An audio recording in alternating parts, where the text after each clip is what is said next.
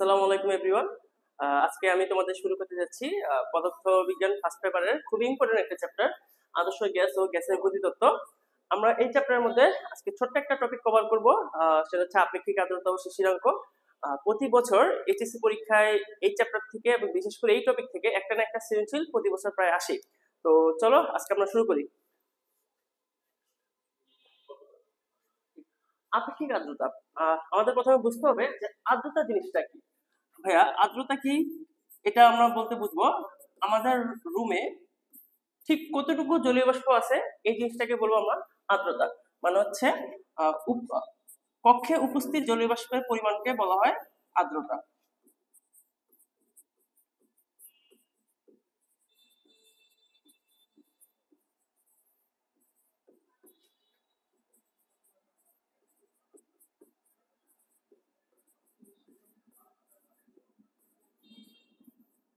এই জিনিসটা ধরো, আহ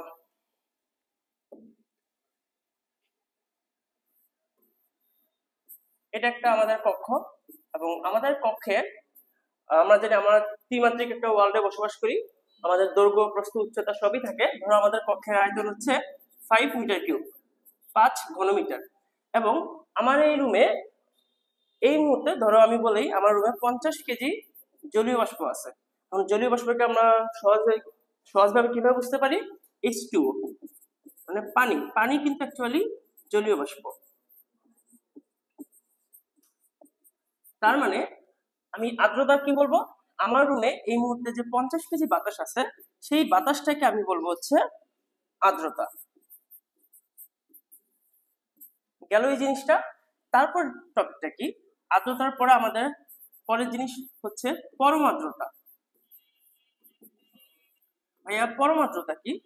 পরম আর্দ্রতা মানে হচ্ছে প্রতি ঘনমিটারে উপস্থিত জলীয় বাষ্পের পরিমাণটাকে বলা হয় পরম আর্দ্রতা।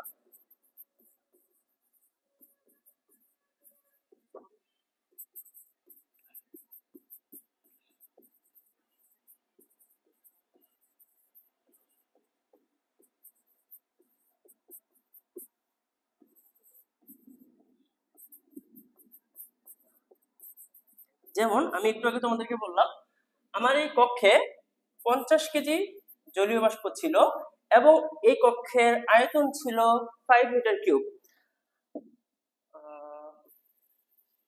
এই কক্ষের আয়তন ছিল 5 মিটার কিউব। তার মানে এখন যদি আমি তোমাকে জিজ্ঞেস করি তাহলে এই কক্ষের পরম আর্দ্রতা কত? মানে 5 মিটার কিউবের জলীয় বাষ্প আছে,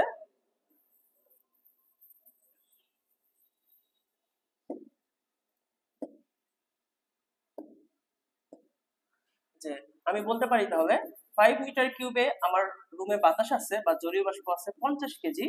আমরা ছোটকাল থেকে ঐকিক নিয়ম করে আসছি, তাহলে কি বলবা? 1 মিটার কিউবে জলীয় বাষ্প আছে 50 / 5 ইজ ইকুয়াল টু 10 কেজি/মিটার কিউব। এই যে এই জিনিসটা, তাহলে আমি এটাকে বলবো হচ্ছে আমার রুমের পরম আর্দ্রতা। বুঝছি ব্যাপারটা?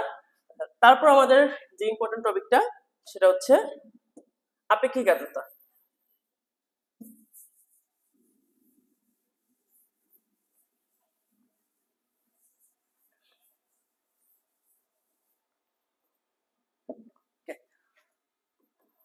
আপেক্ষিক আর্দ্রতা বা এটাকে আমরা বলি রিলেটিভ হিউমিডিটি।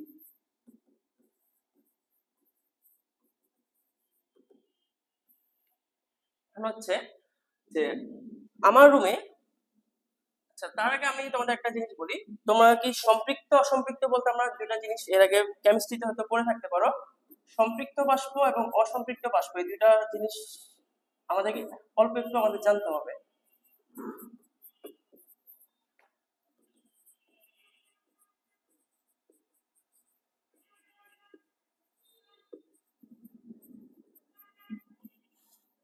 সম্পৃক্ত বাষ্প কি ভাইয়ারা?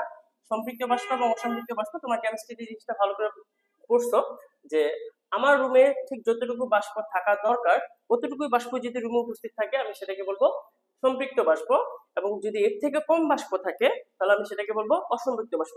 ধরো একটা ক্লাসরুমে 60 জন স্টুডেন্ট বসতে পারে হাইস্ট, কিন্তু যদি আমার কোনো একদিন দেখা গেলো ক্লাসরুমে আসছে 40 জন স্টুডেন্ট, তাহলে কি ক্লাসরুমে কি সিট খালি আছে ভাইয়ারা? হ্যাঁ, অবশ্যই আছে। তাহলে আমি সেটাকে বলবো অসম্পৃক্ত। আর যদি 60 জনের মধ্যে 60 জনই আমার ক্লাসে আসে, আমি সেটাকে বলবো সম্পৃক্ত। মানে আমার যতটুকু দরকার ততটুকুই কোনো জিনিস যদি উপস্থিত থাকে আমার কক্ষে বা আমার সিস্টেমে, আমি সেটাকে বলবো সম্পৃক্ত। আরো একটা জিনিস থাকে, নর্মালি এটা কেমিস্ট্রির জিনিস, যদি ধরো কোনো একদিন ক্লাসে 70 জন স্টুডেন্ট চলে আসছে, আমরা সেটাকে বলি অতিপৃক্ত। আমাদের অতিপৃক্ততা টপিক আজকে না, আমাদের শুধু আজকে সম্পৃক্ত এবং অসম্পৃক্ত এই দুটো জিনিস জানলেই হয়ে যাবে। এখন তার মানে যদি আমার যতটুকু ইচ্ছা, মানে ধরো একটা পূর্ণবয়স্ক মানুষ নর্মালি একসাথে 1.5 কেজি খাবার খাইতে পারে, মানে আমাকে যদি কেউ 1.5 কেজি খাবার দেয় তাহলে আমি নিজে থেকে অনেক স্যাটিসফাইড থাকবো, খুশি থাকবো। তারপর আমি যতটুকু খাইতে পারি এবং অতটুকু যদি আমাকে খাবার দেবে সেটা সম্পৃক্ত বাষ্প, আর এর থেকে কম খাবার খেলে আমি আনস্যাটিসফাইড থাকবো, তাহলে হচ্ছে সেটা অসম্পৃক্ত বাষ্প। ওকে, তাহলে আপেক্ষিক আর্দ্রতা বোঝার জন্য আমি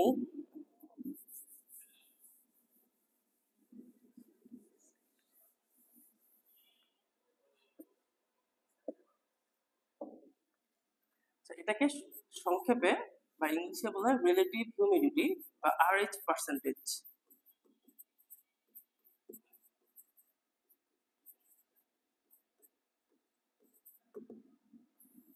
আমরা সচরাচর আবহাওয়া রিপোর্টে যে ইনফরমেশনটা দেখি আমাদের দৈনন্দিন জীবনে, এটা অ্যাকচুয়ালি আমি রিলেটিভ হিউমিডিটিটা দেখি, সবসময় দেখবা যে 60%, 70% এই ইনফরমেশনগুলো লেখা থাকে।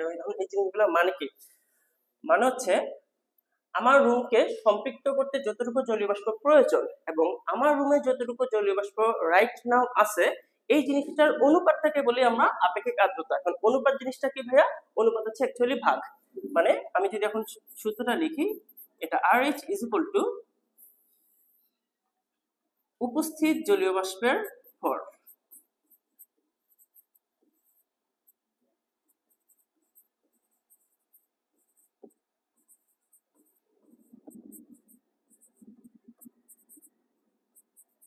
উপস্থিত জলীয় বাষ্পের ভর ডিভাইডেড বাই সম্পৃক্ত। এখানে আরো একটা ওয়ার্ড আছে, সেটা অ্যাড করে দিই।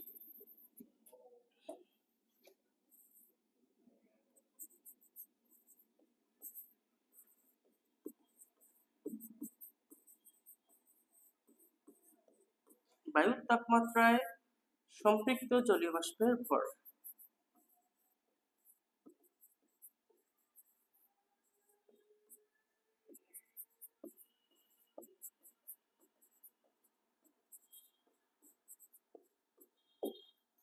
ওকে, ধরো আমার এই একটা কক্ষ, এই কক্ষে সম্পৃক্ত হতে বাতাস দরকার বা জলীয় বাষ্প দরকার 70 কেজি, কিন্তু আমার রুমে আছে 50 কেজি বাতাস। তাহলে আপেক্ষিক আর্দ্রতার সংজ্ঞা অনুসারে আমরা এখান থেকে বের করতে পারবো, বলতে পারবো আমার রুমের রিলেটিভ হিউমিডিটি কত।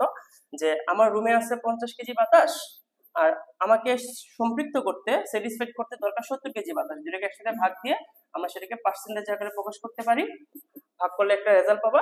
এটাই হচ্ছে আমাদের সেই রিলেটিভ হিউমিডিটি। বুঝছি? এখন এই সূত্রটাকেই অন্য একটা সূত্রে বা এগুলা প্যারালাল সূত্রে আমরা কনভার্ট করব, যেটা অ্যাকচুয়ালি আমরা ম্যাথ করার ক্ষেত্রে ইউজ করব। ভাইয়া আমরা একটু আগে আপেক্ষিক আর্দ্রতার একটা সূত্র লিখছিলাম, উপস্থিত জলীয় বাষ্পের ভর বা এটাকে আমি বলতে পারি বায়ুর তাপমাত্রায় জলীয় বাষ্পের ভর ডিভাইডেড বাই বায়ুর তাপমাত্রায় সম্পৃক্ত জলীয় বাষ্পের ভর। এখানে আমরা এই সূত্রটা আরো কিছু এখান থেকে রূপান্তর করে অন্য একটা সূত্রে কনভার্ট করব, যে সূত্রটা অ্যাকচুয়ালি আমাদের ম্যাথ করার ক্ষেত্রে কাজে লাগবে। এখন তোমরা জানো, আচ্ছা ভরের সাথে বলতে পারবা যে ঘনত্বের সম্পর্ক কি? মানে আমরা 19 একটা চ্যাপ্টার পড়ে আসছি পদার্থের অবস্থা ও চাপে, ওখানে কিন্তু তোমরা পড়ে আসছো যে ভর সমানুপাতিক ঘনত্ব, বা উল্টো বলতে পারো, কারণ এই সূত্রটা তোমরা পড়ে আসছো, ঘনত্ব সমান সমান ভর বাই আয়তন।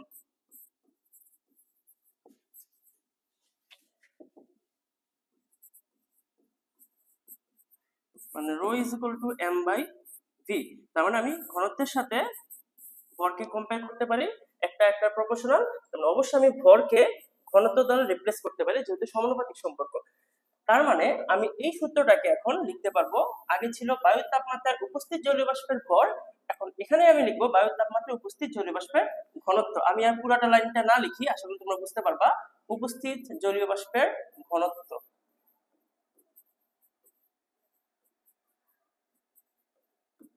কারণ ঘনত্ব এবং ভর একে অপরের সমানুপাতিক।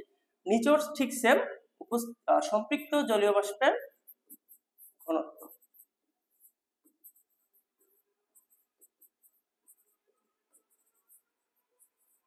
এখন এই সূত্রটাকে আমরা আরো একবার অন্য একটা সূত্রে কনভার্ট করব। ঘনত্বের সাথে আবার আমাদের চাপের সম্পর্ক আছে।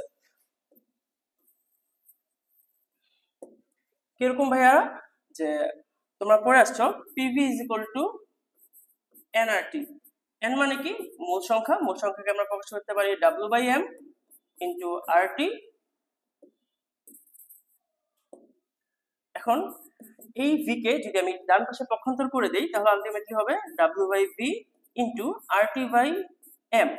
তাহলে আলটিমেটলি কি হচ্ছে ভাইয়ারা, এই যে W/v মানে হচ্ছে আমি সেটাকে লিখতে পারি ঘনত্ব সমান একটু আগে পড়ে আসলাম ভর বাই আয়তন।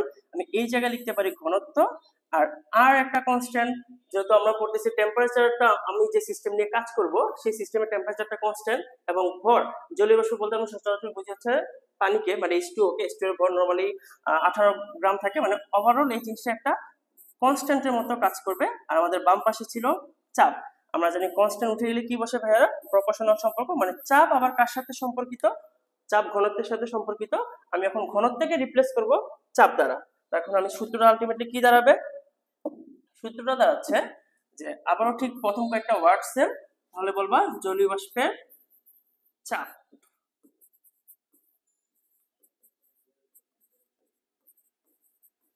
বায়ুর তাপমাত্রায় জলীয় বাষ্পের চাপ ডিভাইডেড বাই বায়ুর তাপমাত্রায় সম্পৃক্ত জলীয় বাষ্পের চাপ।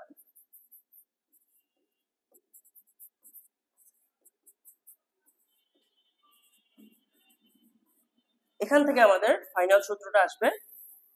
এই ফাইনাল সূত্রটাতে শুধুমাত্র নিচের অংশটা সেম থাকে, উপরের অংশটাতে আমরা লিখি যে শিশিরাঙ্কে জলীয় বাষ্পের চাপ।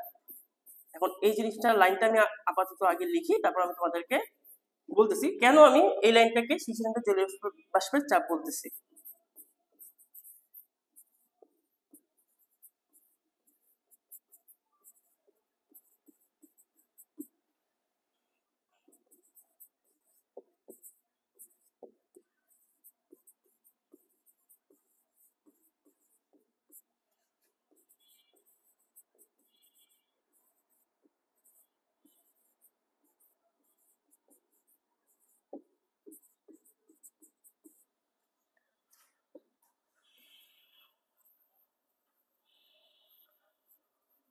চলো ভাইয়েরা, আগে আমরা কেন এই লাইনটা সমান আমি লাইনটা লিখলাম যে বায়ুর তাপমাত্রায় সম্পৃক্ত জলীয় বাষ্পের চাপ কিভাবে, বা সরি, বায়ুর তাপমাত্রায় জলীয় বাষ্পের চাপ কিভাবে শিশিরাঙ্কে জলীয় বাষ্পের চাপ হয়, জিনিসটা আমরা বুঝে আসি।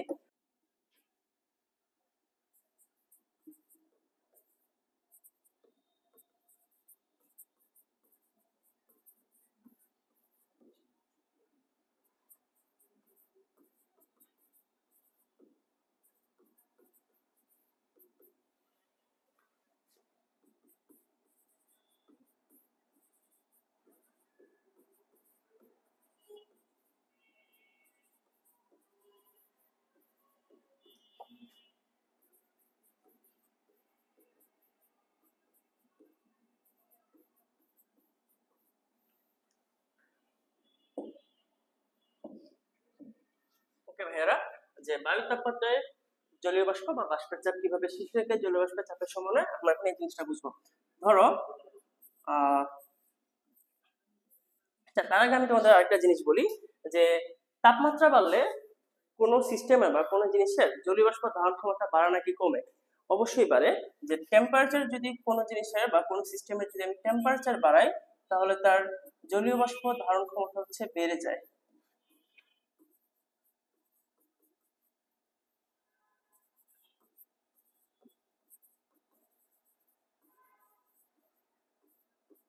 যে অবশ্যই বাড়ে, মানে তাপমাত্রা বাড়ালে যে কোনো সিস্টেম বা যে কোনো কক্ষের জলীয় বাষ্প ধারণ ক্ষমতা বেড়ে যায়। কেন বেড়ে যায়? কারণ আমরা সচরাচর, আমি যদি একটা সিস্টেমের কথা বলি বা একটা রুমের কথা বলি, সচরাচর বায়ু বলতে কি বুঝি? সচরাচর বায়ু বলতে আমরা বুঝি অক্সিজেন এবং নাইট্রোজেন, এই জিনিসগুলো সচরাচর থাকে।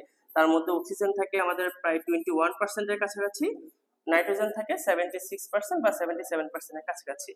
তো এই দুইটা মিলে কিন্তু আমাদের বায়ুমণ্ডলের প্রায় 97% কভার করে। বাকি যে অংশগুলো থাকে 4 থেকে 5%, তারপর 3%, এই জিনিসগুলোতে অ্যাকচুয়ালি আমাদের H2O, কার্বন ডাইঅক্সাইড, এই জিনিসগুলো থাকে। এখন আমি যখন টেম্পারেচার বাড়াচ্ছি, মানে টেম্পারেচার বাড়ানো মানে কি, আলটিমেটলি হিট দেওয়া। টেম্পারেচার যখন বাড়াচ্ছি তখন এই অক্সিজেন এবং নাইট্রোজেন এই ওদের গতিশক্তি হচ্ছে বেড়ে যায়। ওরা গতিশক্তি বেড়ে গেলে কি, ওরা ছোটাছুটি করবে, মানে ওদের আলটিমেটলি গতিশক্তি বেড়ে গেলে ওরা উড়ে চলে যাবে কোন একটা সিস্টেম থেকে। মানে এই অংশটা হচ্ছে আলটিমেটলি খালি হবে, মানে একটা খালি স্পেস তৈরি হয়। ওই খালি স্পেসটাতে এসে কে বসে যায়, H2O এসে বসে যায়। মানে আমি যদি টেম্পারেচার বাড়াই, হিট দেই, তাহলে হচ্ছে আমার বায়ুতে বা কক্ষতে জলীয় বাষ্প ধারণ ক্ষমতা হচ্ছে বেড়ে যায়। তখন তার মানে এটার উল্টা সম্পর্কটাও কিন্তু একইভাবে সঠিক, যে আমি যদি টেম্পারেচার কমাই, তার মানে হচ্ছে জলীয় বাষ্প ধারণ ক্ষমতা, আমি এখানে এটাকে H2O দিয়ে লিখতেছি, জলীয় বাষ্প ধারণ ক্ষমতা হচ্ছে কমবে। বুঝতে পারছি ভাইয়া? এই জিনিসটা আমরা মাথায় রাখলাম, এখন আমাদের এই জিনিসটা বুঝতে সুবিধা হবে। টেম্পারেচার বাড়ালে জলীয় বাষ্প ধারণ ক্ষমতা বাড়বে, টেম্পারেচার কমালে জলীয় বাষ্প ধারণ ক্ষমতা কমবে। মানে হচ্ছে টেম্পারেচারের সাথে আমার সম্পৃক্ত হওয়ার একটা ঘটনা থাকবে। ধরো এটা একটা রুম, এই কক্ষে এখন ধরো, মানে এটা থেকে একইভাবে তোমরা বুঝতে পারবা কেন শীতকালে শিশির পড়ে। ধরো এটা হচ্ছে সন্ধ্যা,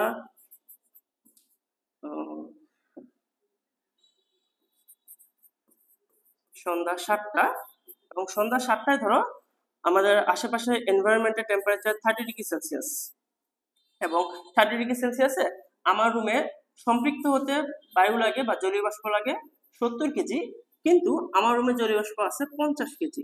এটা হচ্ছে সন্ধ্যা 7টা, আমার রুমে জলীয় বাষ্প আছে 50 কেজি। তারপর ধরো শীতকালে কি, যত রাত হয় টেম্পারেচার তত কমতে থাকে। ধরো রাত 12টা,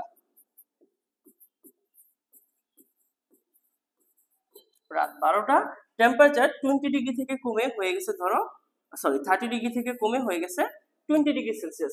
আমরা একটু আগে পড়ে আসলাম টেম্পারেচার কমালে জলীয় বাষ্পের ধারণ ক্ষমতা হচ্ছে কমে যায়। মানে আমার রুমটা কিন্তু একটা বদ্ধ রুম, ইম্পর্টেন্ট পয়েন্ট হচ্ছে এটা, একটা ক্লোজড সিস্টেম। বদ্ধ রুম থেকে দরজা জানলা সব যদি বন্ধ থাকে তাহলে কিন্তু আমার জলীয় বাষ্প বের হওয়ার কোনো সুযোগ নেই। 30°C সে নিতে পারতো, ধারণ করতে পারতো বা সম্পৃক্ত হইতো 70 কেজি বাতাস পাইলে, কিন্তু যখন টেম্পারেচারটা কমে গেছে, এখন ধরো সে 7 কেজি বাতাস পাইলেই সে সম্পৃক্ত হয়ে যাবে। যে টেম্পারেচার কমছে, তার ধারণ ক্ষমতাও ভাইয়ারা কি কমে গেছে। কিন্তু আমার রুমে সন্ধ্যা 7টা বাজেও 50 কেজি বাতাস ছিল, রাত 12টা বাজেও আমার রুমে 50 কেজি বাতাসই থাকবে, কারণ আমার রুমটা একটা বদ্ধ সিস্টেম। তারপর ধরো শীতকাল, টেম্পারেচার আরো কমতেছে। ভোরবেলা টেম্পারেচার ধরো কমে হয়ে গেছে 15°C।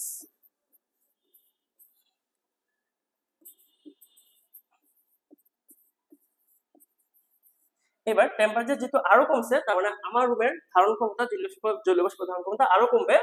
এখন আমার রুমে কিন্তু আগে থেকেই 50 কেজি বাতাস ছিল। ধরো 15°C আমার রুমও ধারণ করতে পারে 50 কেজি বাতাস। তার মানে কি, ঠিক 15°C আমার রুম নিতে পারতো 50 কেজি, আমার রুমে আসো 50 কেজি। তার মানে ওই সময়টাকে আমি কি বলতে পারবো যে আমার রুম এখন সম্পৃক্ত হয়ে গেছে। আমার রুমটা এখন সম্পৃক্ত হয়ে গেছে কার দ্বারা? আমার রুমে যতটুকু বাতাস ছিল, জলীয় বাষ্প ছিল, মানে বায়ুতে উপস্থিত জলীয় বাষ্প দ্বারাই কিন্তু আমার রুম সম্পৃক্ত হয়ে গেছে।